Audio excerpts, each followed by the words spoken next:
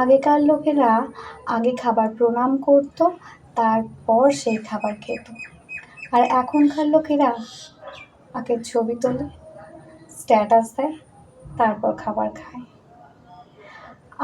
কিছুদিন আগে পর্যন্ত বিয়েবাড়িগুলোতে দেখতাম কনেরা বিয়ের সময় কান্নাকাটি করে, আর এখন দেখি কনেকে দেখে বরেরা কান্নাকাটি করে।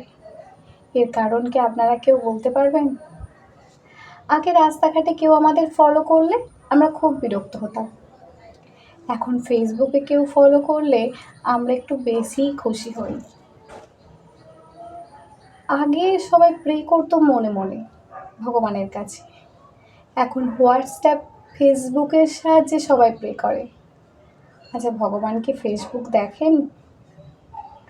আগে লোকে পাপের ভয়ে মিথ্যে বলতে ভয় পেত, আর এখন সত্যি বলতে ভয় পায় বিপদের ভয়ে।